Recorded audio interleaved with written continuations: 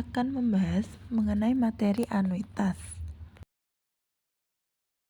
Yang pertama yang akan saya bahas saat ini yaitu mengenai pengertian anuitas. Anuitas sendiri yaitu serangkaian pembayaran atau penerimaan uang yang jumlahnya sama dan dilakukan secara berkala dalam periode waktu tertentu.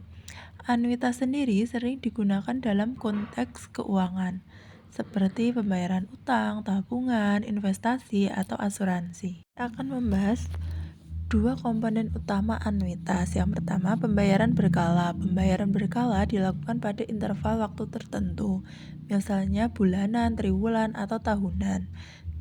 Yang kedua, jangka waktu tertentu. Pembayaran dilakukan selama periode tertentu atau hingga suatu kondisi terpenuhi. Mengenai jenis-jenis anuitas, berdasarkan waktu pembayaran, anuitas dibagi menjadi dua, yaitu anuitas jatuh tempo dan anuitas biasa. Yang kedua, berdasarkan durasi, anuitas dibagi menjadi dua, yaitu anuitas tetap dan anuitas seumur hidup. Yang ketiga, berdasarkan suku bunga, dibagi menjadi dua, yaitu anuitas tetap dan anuitas. Berikut kelebihan dan kekurangan anuitas. Yang pertama, kelebihan anuitas, pendapatan stabil. Kedua, perencanaan mudah, fleksibel, dan keamanan finansial terjaga. Kekurangan anuitas, biaya tinggi, pengembalian rendah, kurang fleksibel, dan tidak warisan. Konsep nilai waktu uang dalam anuitas. Konsep bahwa uang yang diterima saat ini memiliki nilai lebih rendah dibandingkan uang yang diterima di masa depan. Hal ini disebabkan oleh potensi bunga atau investasi yang bisa diperoleh.